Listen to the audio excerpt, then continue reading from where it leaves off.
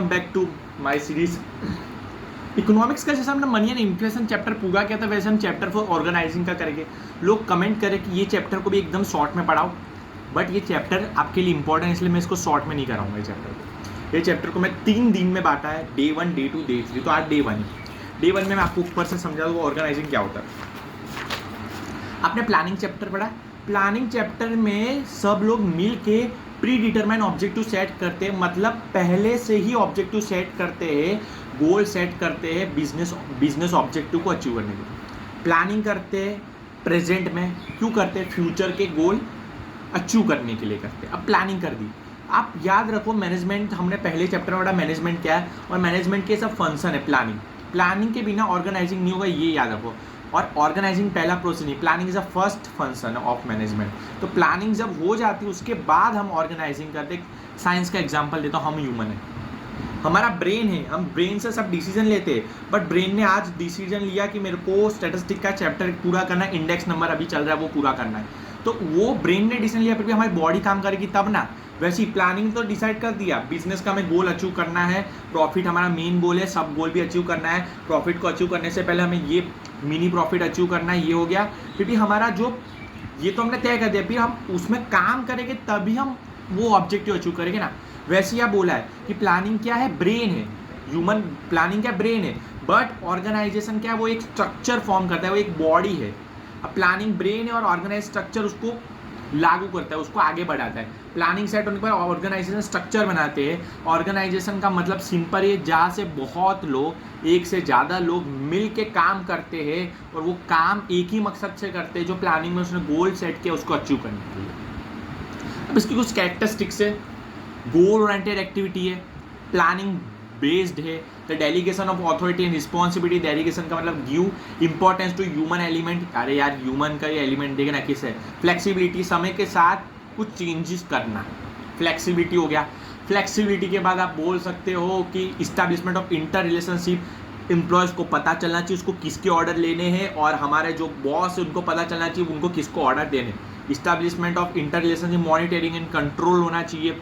फिर लास्ट में आपका ग्रुप एक्टिविटीज़ होना चाहिए। फिर लास्ट में आपका आएगा कंट्रोलिंग ऑफ एडमिनिस्ट्रेटिव स्ट्रक्चर होना चाहिए। तो बस ये कंट्रोल एडमिनिस्ट्रेटिव स्ट्रक्चर, ये जो आपकी कैरेक्टरिस्टिक्स है, इसके अंदर डीप में नहीं पड़ेगी क्योंकि आपका अंदर से आपको पॉइंट वाइज लिखना है। मैं एक बार सिंपल समझा तो गोल ओरिएंटेड एक्टिविटी मतलब एक गोल ओरिएंटेड एक्टिविटी है जो हम प्लानिंग में जो गोल सेट करते हैं उसको अचीव करने के लिए हम ऑर्गेनाइजेशन स्ट्रक्चर बनाते हैं जिसमें हम मिल के काम करते हैं।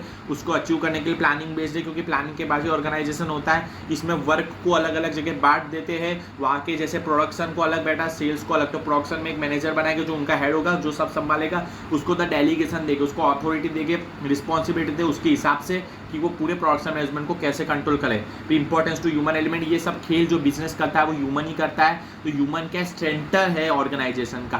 फिर देखे फ्लेक्सिबिलिटी, समय के साथ कुछ चेंजेस ऑर्गेनाइज स्ट्रक्चर में भी होते हैं जैसे प्लानिंग में होते थे।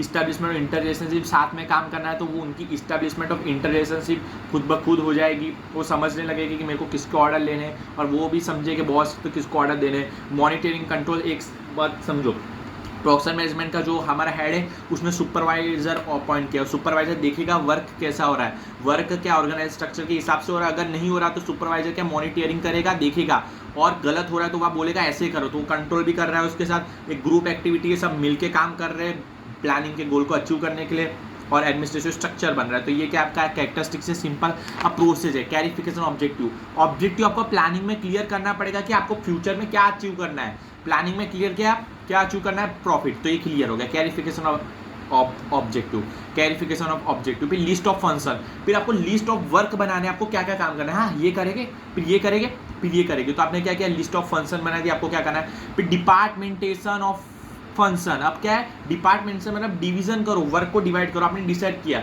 सेल्स करना है हमें, बिजनेस में प्रोडक्शन करना है, वो सबको डिवाइड करो। डिवाइड करने के बाद टू डिटरमाइन डिपार्टमेंटेशन पोजीशन एबिलिटी, वो डिवाइड करने के बाद आप देखो किसको कौन सी पोजीशन देनी है, उसके पर्सन की एबिलिटी देखो, उसका स्पेशलाइज्ड नॉलेज देखो, उसके हिसाब से उनको पोजीशन दो। पोर्शन दे दिया सबको, प्रोडक्शन डिपार्टमेंट में, अकाउंट डिपार्टमेंट, सबको अलग अलग डिवाइड करके वहाँ हमने पर्सन भी अकॉर्डिंग टू एबिलिटीज़, उनके एबिलिटीज़ कैसी है, स्पेशलाइज स्किल कैसे, उसको देख के रख दिया। अब उन लोग को जितनी हो सके उतनी पावर दो, मतलब जितनी जरूरत है उतनी। फिर the delegation of power and responsibility, establishment of inter relationship तो इसमें ही होगा। फिर टू प्रिपेयर ऑर्गेनाइजेशनल चार्ट, और एक ऑर्गेनाइजेशन चार्ट बनाओ जिसमें लिखा होगा कि हमें कैसे आगे करना है, सब गाइड करेगा वो सब एम्प्लॉयज़ को, बॉस को। तो ये आपका प्रोसेस हो गया, ये भी इंपॉर्टेंट है। इसी के साथ हमने प्रोसेस समझा, कैरेक्टरिस्टिक्स समझा, ये हमने समझा अभी तक ऑर्गेनाइजेशन क्या है, उसकी कैरेक्टरिस्टिक्स क्या है, उसका प्रोसेस क्या है। नए वीडियो आएगा दूसरे दिन में, हम समझेंगे इसके 2 structure, linear organisation and functional organisation. फिर हम इसके बाद और स्ट्रक्चर समझेंगे, वीडियो लंबी जाएगी, दिन में दिन जाएंगे। ऑर्गेनाइजेशन चैप्टर से आप सीख रहे हो तो मेरे चैनल को लाइक एंड शेयर कमेंट करना। Bye bye.